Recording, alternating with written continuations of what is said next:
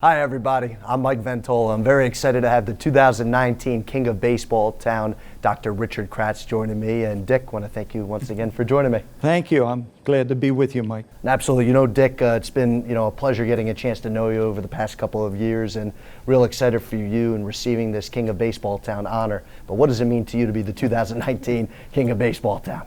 Well, it's a real honor, Mike, but at the same time, as I said a while back, I'm not foolish enough to think I'm in with the likes of Charlie or Dick Gernert or Eric Valent.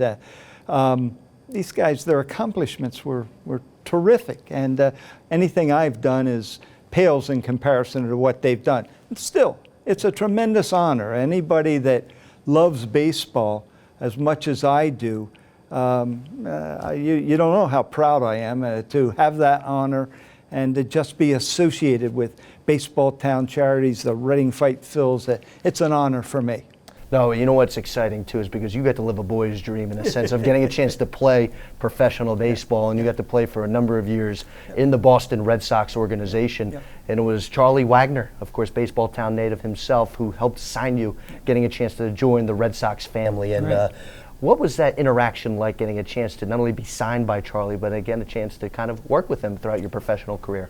Well, I was like many kids in that era. I didn't know who Charlie Wagner was, but when I was in college, I went out and played in something called the Basin League in South Dakota and Nebraska. It was run by the major leagues, and we kept our eligibility, and they gave us a job.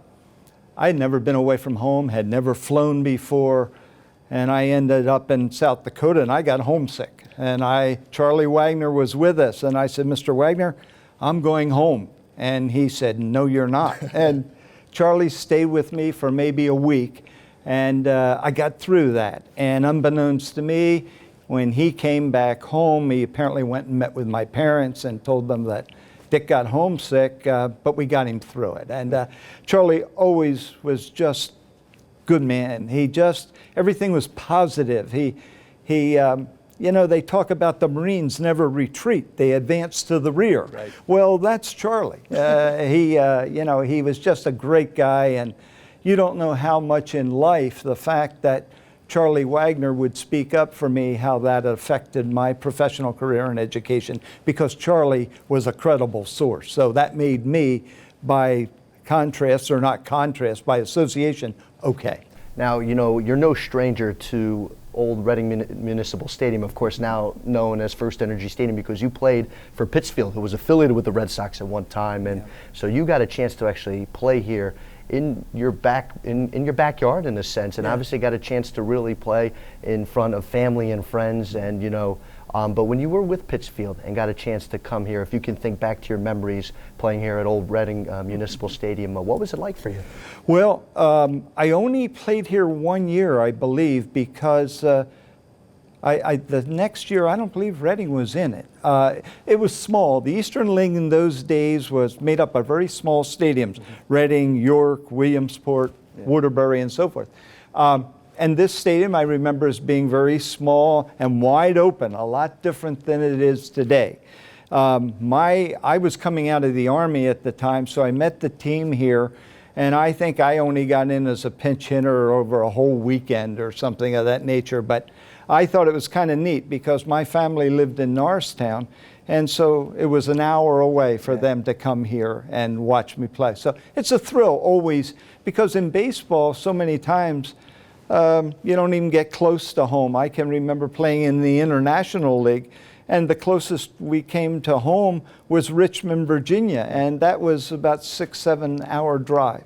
So it was a thrill. No, I'm sure if it was, and that's, of course, some of the exciting things being a professional ball player. But one more question about your playing career. When you think back to your moments on the field, can you recall a favorite moment that's still with you today?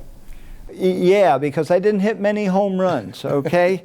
And I can remember in Louisville, the center field fence was located in Cincinnati, Ohio, I think. And it was one of those times, Mike, where everything came together and I put a ball over the 415 mark, and I've never hit a ball that far. So believe me, I took my time going around the bases. And Eddie Casca was our manager, and Eddie said you could split, for as few as you hit, you can chop that thing up into about 3 home runs, Dick. But that, you remember that kind of thing. And in my last year in Louisville, we were fighting Syracuse for the first place. And that, what a thrill that is, to go to the ballpark every night and the place is packed. And that's fun, playing baseball in front of that many people. Oh, I'm sure of it too, but as all the years you got a chance to spend time in baseball, a large part of your career was spent in education, and that's what's one of the exciting things about getting to know you, is not only you have a passion for baseball, but your passion for education.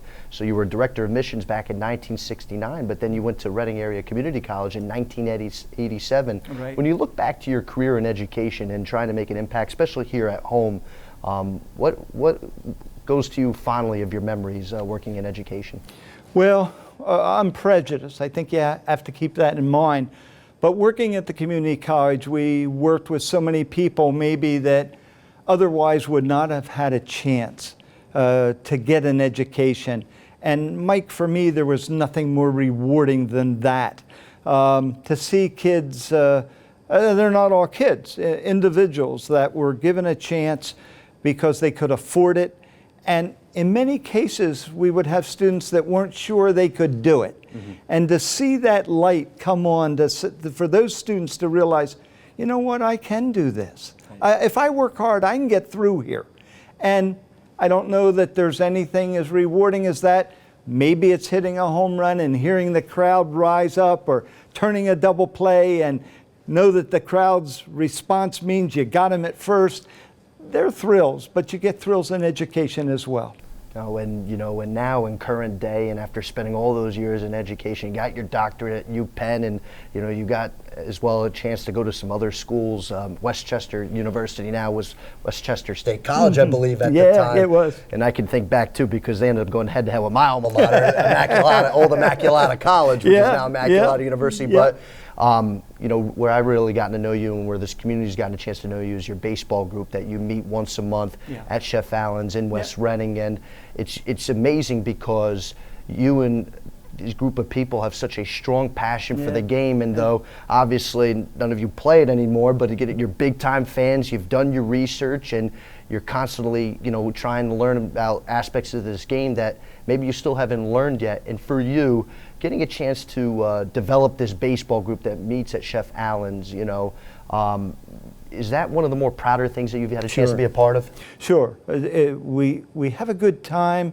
I don't know that we're changing the world, Mike, but we're having a good time, and we talk about baseball, what's happening today, as you know, the nuances, and that's a lot different when a lot of us played. But there's an esprit de corps there that we come in. Now we all lie about how good we were, okay? Because it's like I told some guy one time, I can lie. There aren't many people my age alive to say, hey, you weren't that good, let me tell you. So you can tell, yeah, I was good. And we all sit around the table before our speaker telling stories and whatnot, but it's just nothing fancy. It's just baseball. And Mike, we've been doing this for 11, 12 years. And I call speakers, I tell them my name's Dick Kratz. We have a guy, and they'll oftentimes say, yeah, I heard of you guys. And I'll say, now, can you come? Yeah, I'll come. And I'll say, now, here's the bad news. We don't pay. I'll give you the right hand of friendship, and that's it. And they say, that's okay with me. Right. And I've never had a person say, if you're not going to pay me, I'm not coming. These are people that love baseball, and that's why we have a good time. We don't let anybody get on the soapbox. Right. If he does, we tell him to sit down and be quiet.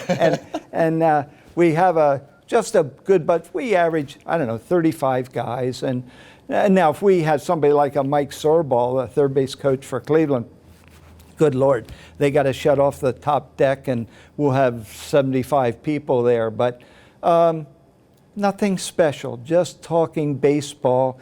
And that's what makes it great. And following up with that too, mentioned we've had Mike Sarbaugh. Yeah. You've had some other baseball town figures that have come through, whether it's longtime radio announcer here, Steve Degler, of course, Eric Valent, and I can keep going on and on. And when you think back of all the speakers, like you said, that didn't care about accepting a dollar bill and payment, but rather just talk about their love of the game. Yep.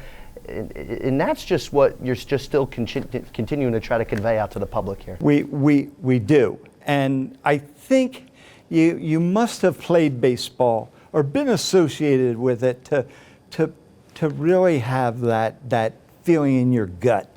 Yeah.